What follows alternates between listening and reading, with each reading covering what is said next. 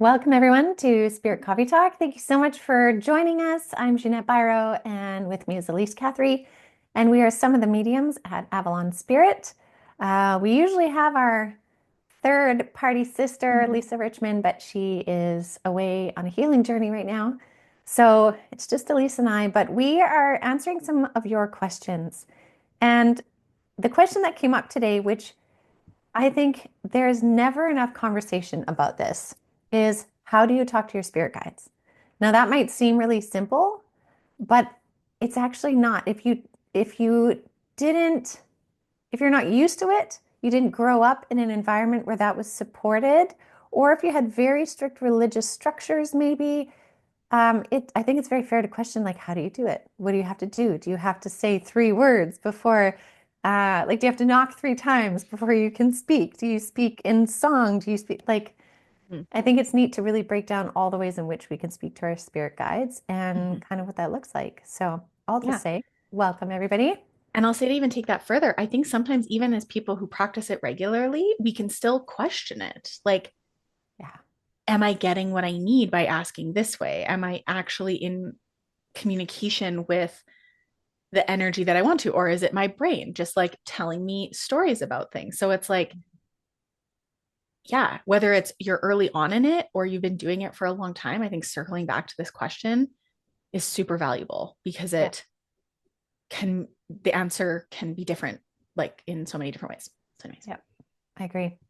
So I think to start off, if I reflect on the very beginning of my journey, when spirit started, well, I guess when I started opening up to spirit and they started making themselves more known, I didn't realize, first of all, that I could ask them questions as much as I just felt I was there to receive. So I felt that I was there to receive at whatever time they wished to share, whether that was at dinner, 3 in the morning, on my way to school, like whatever it was. I didn't realize that what they were really doing and coming forward was trying to open up this whole concept of communication. And so, first of all, I think it's really important to say that your spirit guides like want to know what you think Mhm. and want you to be inquisitive. They want this communication and this back and forth with you, and they are happy to try and find the ways to bring their communication back to you if you're Mhm. not naturally clairvoyant or clairaudient or something like Mhm. that. So I really want to say that first. Mhm. Um, Can but I I say on think, that note, before yeah, you move on from the communicate, like yeah. it's a conversation in that there's relationship that needs to be built. Like any person that we're going to have a conversation with, right? There has to be a level of a relationship, whatever that is, long term, short term, whatever.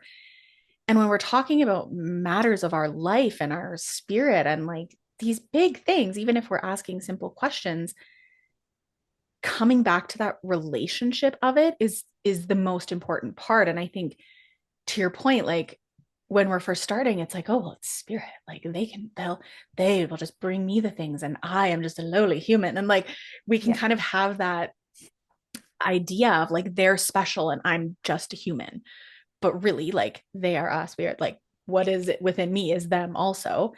And having that relationship, it's one of the reasons why when oftentimes when people are like, I'm trying to open up, I'm trying to communicate more with my guides, one of the first things they'll say is like, we need to build a relationship first, Mhm. like regular meditation practices or and I'm sure we'll get into this, but like ways in which we can get to know one another essentially, Mhm. just as you would if you were starting to build a relationship with someone romantic in your life or a friend or a therapist or a coach or like anybody that you are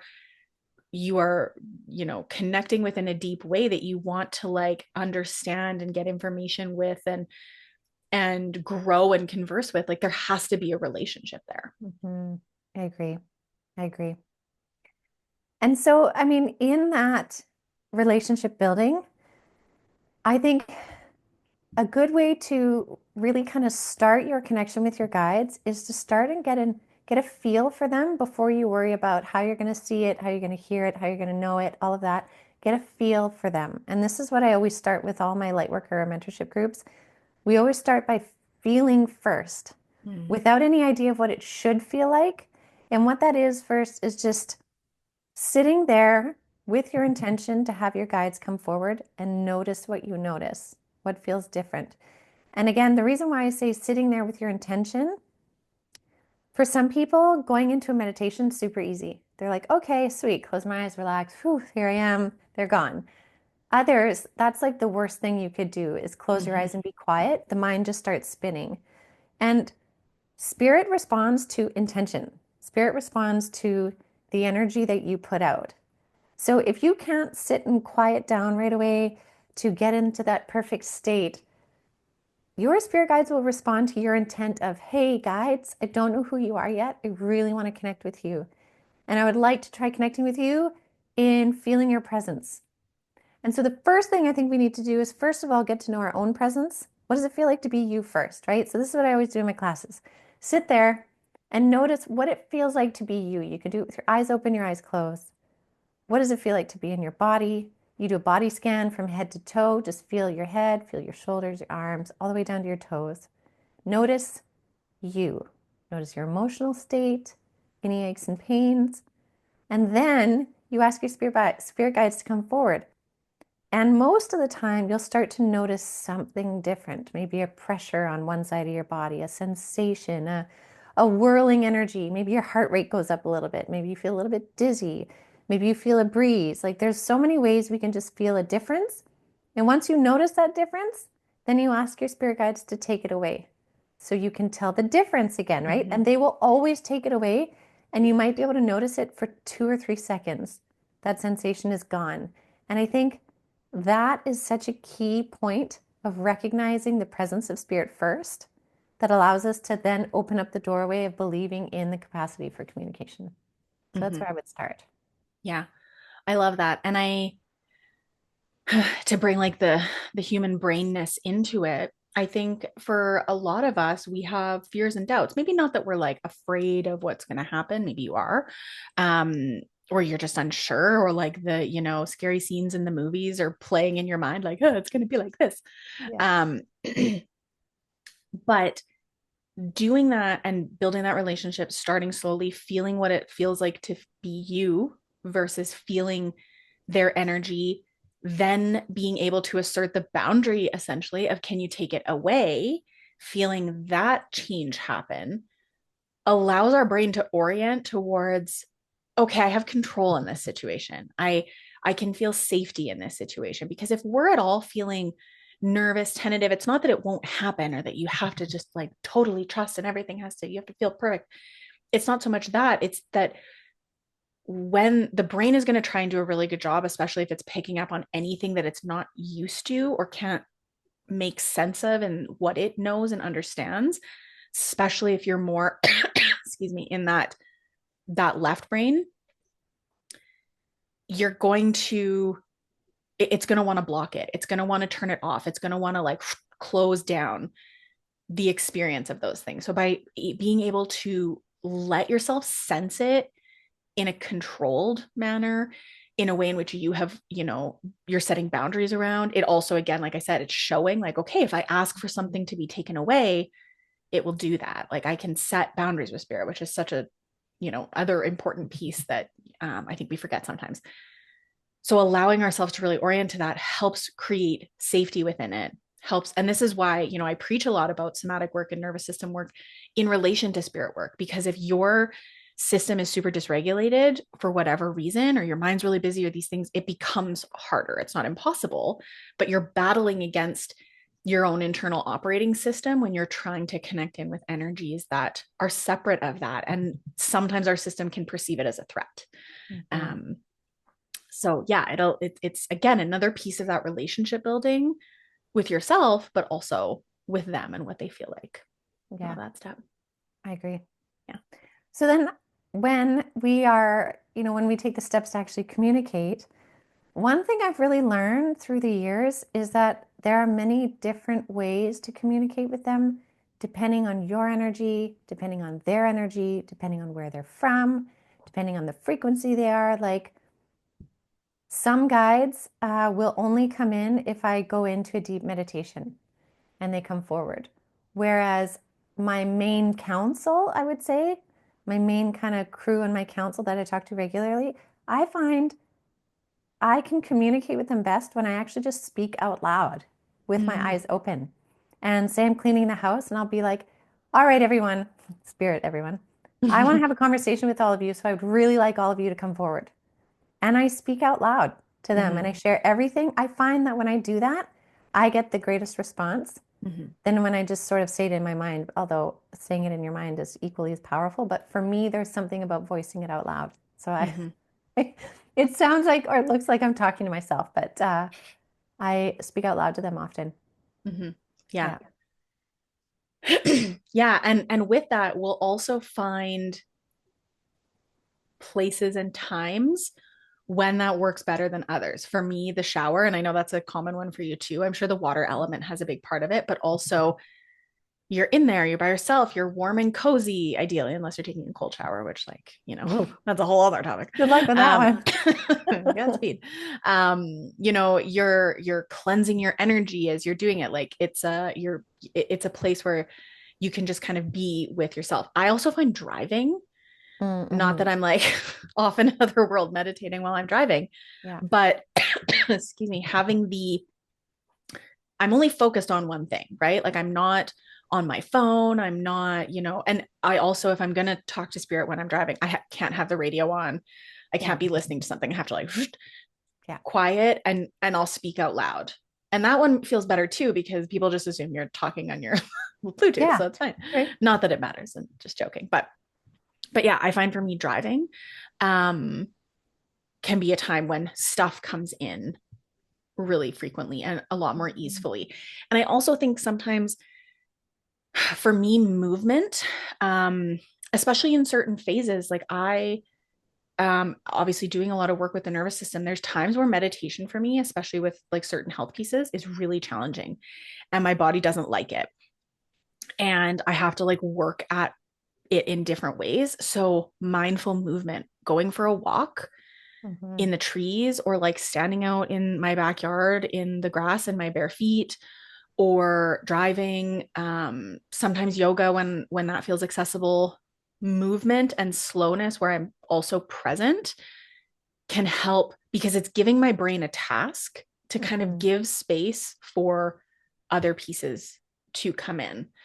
um so sometimes if it's feeling like it's challenging to sit and meditate and get that information, I also, and this is maybe an unpopular opinion, I don't know if this is my brain or them. There's another piece, but Yeah. it just popped in. So I feel like it's actually them. Um, Shoot, now I lost it. Okay, so it was them. there's a there's a key hint that it's not you is when Yeah. it And it's comes and gone. goes as quickly as it Yeah. can. Um, okay. Meditation sometimes puts too much pressure. Yeah. So it's like, I'm going to Yeah. sit and I'm going to be peaceful and I'm going to call in my guides and they're going to tell me all this stuff. And it's going to be this life changing channel that all of a sudden I'm going to have all of the answers. And then you're just like, there's so much pressure on Yeah. that experience that you're blocked. You're too shut down and can't access that same frequency as if you're Mhm. driving and listening to your favorite song and then you're like, hey, I want to ask a question, and then you ask your guides out loud or in your mind and then the stuff comes through, or sometimes it just comes through. Mhm. Or you're in nature and you're feeling really connected and grounded and these things come through, or like whatever it is for you. Yeah, the meditation piece can have a lot of pressure Yeah. with it. I agree. I think also it's important to know that they don't always respond right away either. So, like in a mediumship reading, I can say, I go into, and I can only speak from my experience, but I think it's pretty common for mediums. When you're in that situation, you're going in specifically to a certain frequency that has been tried and tested in which you can connect and get answers. The spirits coming forward know that this is happening, therefore, more communication happens at the time. Mm-hmm. Okay. For myself individually, sometimes spirit will speak back right away, but I would say 60% of the time I have to wait. So Mm. 60% of the time I will feel like I speak it out and then I leave it And then they come back a little bit later with answers, signs, symbols, Mm-hmm. confirmations, whatever. Like sometimes I will say it was in the morning, I will have my whole conversation, leave it, and then by afternoon, I hear them come in or they connect in somehow or something happens where the answers are coming in. So I think too, when we're thinking of spirit communication, we can't always expect it to be question, answer, question, Mm-hmm. answer, question, Mm-hmm. answer. First of all, that takes a certain frequency. Second of all, I think that takes practice. And then third, sometimes your guides just won't do that because maybe they're like, nope, she needs to marinate in this energy a bit longer. Or maybe they're like, I'm not sure. I'm going to go find out. I'll get back to you. Mm-hmm. Right. So I think to open up our spirit communication more, we have to throw a lot of expectation out the window, kind of like you were saying, even with Mm-hmm. meditation, of what it should be like or what it's supposed to be like. Because spirit communication for yourself, in some ways, is harder than if you intuit for somebody else. Right. And so I think that's just something to recognize. Like sometimes you have to weave a different labyrinth for your own questions and answers Mm-hmm. versus providing somebody else that or going to somebody else for those answers. It's easier because they Totally. can be more subjective. Yeah. Yeah. They're not emotionally embroiled in it. Yeah. And as we know, like reading for people who you are emotionally connected to is also hard. Yeah. So it's Yeah. even we talk to each other. If I'm like, hey, can you like when John had his stroke and I'm coming to you, like that's a lot of pressure to put on someone and be like, what is happening? Yeah, right. I Like know. that's a lot, and it can be challenging to do, or it can feel scary, or like we can have all these things connected to that experience. And anytime I think there's like emotional charge or emotional connection to the questions that we're asking, which 9 times out of 10 for ourselves, there probably is. Otherwise, we probably wouldn't be asking. Hmm. There's an added layer of complexity in how open we are to getting that answer, the ways in which we're open to getting that answer. And to your point, like that maybe it's a complex answer or maybe it's something that we're not able to know yet. We're kind of, the Yeah. question is ahead of the game as far as what is in our best interests to understand in that moment. Hmm. Um, One piece that was also coming up for me as you were talking about how we can get those answers. Sometimes it's question answer that comes at some point and it's very clear. It's like they pick up the phone, the spirit phone, and they're like, hey, blah, blah, blah, blah, blah, and they'll Hmm. tell you the thing. Other times it's signs, synchronicities. We were having a conversation right before this where you asked me a question. I was like, that's an interesting question that you just asked. Yeah. And then I had to talk out, this happened on Saturday, Sunday, and then this happened yesterday. And then now you're bringing this up today. And there's been this piece that I've been like stewing on, Hmm. trying to separate for myself. Is it my brain or is it spirit? Because that can be hard when it's Yeah. ourselves. And, you know, sometimes we have to, it'll come in pieces and it'll come in not necessarily just your guide or your higher self being like, hey, let me tell you what's going to happen now. But it comes in like this synchronicity. And then all of a sudden, your stream of consciousness saying this. And then you're like, why am I saying this? And then you pull a card, and that card, reflects or mimics what you were just saying, or somebody else pulls you a card. And then it's like completely in line. Sometimes that can be the answer too from your Yeah. guides. And it's more something that you have to like piece together to, and it might not even be a full clear answer. It might be here's what we can tell you about what you're Snippets. picking up on right now. Totally. So just sit with that Yeah. little present, right? It's not always Yeah. a black and white answer, even however we bring it all together. I agree 100%. And I think even for people that are very clairvoyant and very clairsentient, but like they're still expecting the linear answers, it might not. And an example of it, which Spirit was giving me to share, is like, say you are clairvoyant and clairaudient. Let's say you can see and you can hear things randomly, but you're like, I don't understand.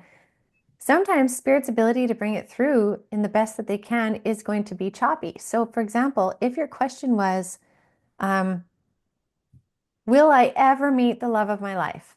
Right? Say that's your question. And in response, you see a butterfly in your mind's eye, and you're like, great, butterfly. And then you hear the word baseball, and you're like, cool, butterfly and Butterfly baseball. baseball. Thanks so much. Great. And then maybe you see, um, you smell hot dogs, right? You're like, okay, thanks so much, Spirit. That was great. And that's all you get, right? Mm-hmm. Lo and behold, the weekend comes around, a friend invites you out. They're like, hey, I'm going to watch my son play sports. Do you want to come and have coffee with me? Oh, sure. Where do I meet you? Here's the address. You show up there. It happens to be a baseball field. They're cooking hot dogs. You look over across the stands from you, and there's this man sitting there, this woman, and this butterfly lands on their shoulder, and everyone's looking at the person because the person's like, oh my God, look at this, Mm-hmm. right? Like sometimes they'll give you the snippets that you can't piece it together Mm-hmm. until retrospectively Mm-hmm. you look back on it. So sometimes it's so important to just notice the pieces you do get. And if you can't figure it out, leave it, but Mm-hmm. acknowledge them because they will be significant pieces in the Mm-hmm. moment in which everything comes together. Mm-hmm. Yeah, Yeah. totally. And for me, this comes back to why the relationship is so important. Yeah. Because if you don't have trust, and it's not to say you have to have trust all the time, because there's times where you and I are like, what? The actual Yeah. this is bullshit. I'm putting my cards away. I'm breaking up with you. I Like quit. I'm dead. This weird crap. You can have periods of time like that and full Totally fair. can. Do your Yeah. human thing, right? Sometimes we need to do that. And obviously, I'm still here. I came back around when my temper tantrum was over. But having that relationship to say, like, okay, I, even if it's weird whispers in the wind of like potato chips, Yeah. like those memes that you see on Instagram, Yeah. we'll send them back and forth to each other of like various degrees because it's always like, yeah, that makes sense. Yeah. That's what happens. It's weird whispers in the wind of random things that you get when you have that relationship. You can be like, okay, I don't know what the F potato chips means, but like, I'll Yeah. park it, I'll write Yeah. it down, I'll, log it in the brain. And then one day I'll be in the grocery store looking for chips and I meet a person who, and that's the piece too, is it's like, it's so infinitely complex how things can unfold. So maybe the Mhm. sign doesn't lead you to the exact answer, but it Mhm. leads you to the next step, that leads Yeah. you to the next step, that leads you to the next step. So sometimes it's, you go to the baseball game and all of a sudden all these things happen. Or it's you go to the baseball game and then that person with the butterfly, you talk to them and they're like, oh, I actually think you should talk to this person. That'll lead you to something else. So Yeah. it's like that infinite unfolding. But Yeah. before I started ranting there, the piece of the relationship, when we have that relationship and understanding how they show up, in what ways they show up, what makes sense, we can come back to the trust of the relationship, even if it makes absolutely no sense Mhm. as it's unfolding or it's frustrating. And Yeah. we have to tell them, like, I'm pissed right now. And Yeah. I got Yeah. rained This is on not at that acceptable. baseball game and I got sick and blah, blah, blah. And then, Yeah. you go to the doctor and that leads to something. And then after your, tantrum, you're like, oh, okay, I I see. see. Yeah. I see now. Okay. Right. Yeah. That relationship is so fundamental to being able to circle back to that Yeah. longer term way in which things play out. And spirit will also give you things to see if you notice them or you act on them or you recognize Yeah. them. Like just the other day, we were watching we're a big hockey family, and we were watching the Dallas versus Jets hockey game. Was it game seven? Anyways, it was their last one. And um, about 2 minutes before Winnipeg or before Dallas scored, because they were at a tie, 2 minutes before, all of a sudden Spirit comes in and they go whoosh, Dallas. And I was like, whoa, Dallas is going to win. So I said to my family, I was like, who do you guys intuitively think is going to win this game? And everybody went through and they're all like, Winnipeg, Winnipeg, Winnipeg, because they're like, I want to cheer for a Canadian team. And I was like, sorry, guys, I think it's Dallas. 2 minutes later, Dallas scored and then they won the game and it was over, right? And you want to hear something crazy about that? What? So, because they won on a power play, right? Yes. The Yeah. guy who got the penalty, Yes. his dad had died I like know. 2 days before. No, the night before. I I don't know thought if it it was the was the night night before. before. Oh, really? The Okay. only reason I say that is because they let him fly back to his family before. So if it was the night Oh, before, when, anyways, it was yeah, right it worked before out. the game, right? Yeah. So like his dad passes away, young, healthy guy passes away really unexpectedly. The guy flew home, um, came back, decided he wanted to play the last game, and then like loses because of a penalty that he took. And it's like, oh, that's so heartbreaking because you saw the like But dejection on his he face. was also the only one that scored a goal in the game Yeah. too, right? Like Yeah. he scored the goal and he also caused the penalty. Yeah. Like And then it makes you insane. think like, obviously this is theorizing, but it makes you think like, would it have been was the greater good for him to be able to go home with his family. He was able to Yeah. score and have some glory. Like, who knows what Yeah. the reasons why these things play out. But I just thought it was so interesting. Like he scores the only goal and then gets like rallies, scores this goal, then gets a penalty, and then they lose Yeah. because he was on the penalty. And Yeah. it's just I know. those things can be so poetic. Yeah.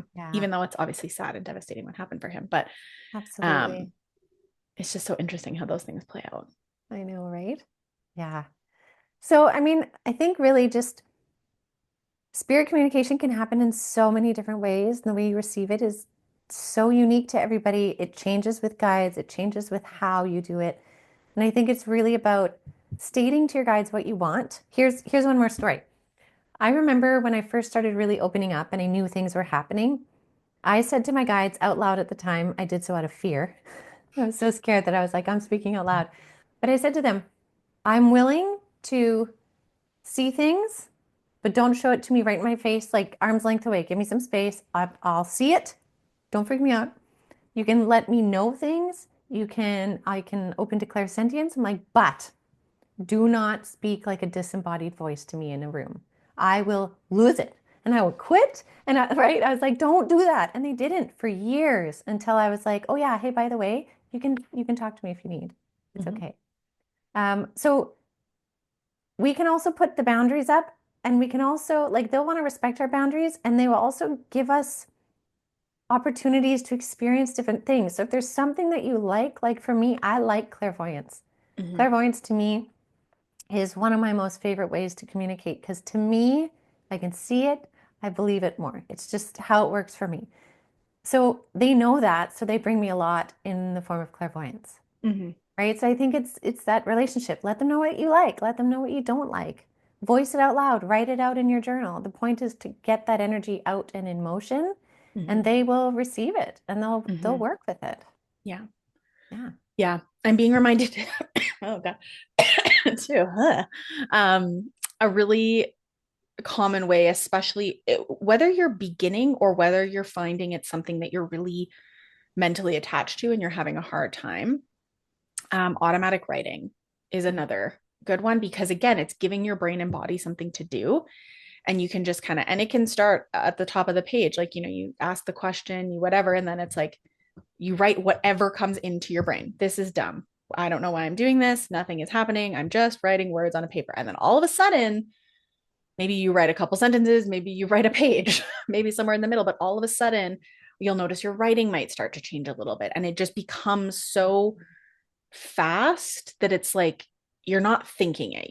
It's in your brain, out your body, through your hand. Um, can be a really helpful way to get in and get answers um, when you're trying to bypass the brain and blocks and things like that might be coming up. Yep, I agree. Mm-hmm. All Cool. right. Well, thank you all so much for joining us. Hopefully that helped to bring some insights, some ways that you can deepen your connection with spirit and open to the communication because we're coming into this amazing time on the planet where this connection with higher realms is just really coming to the forefront for us to embrace and bring into a sense of normalcy. So it's kind of an exciting time in that way. So thank you all so much, and we'll see you all next week. Bye.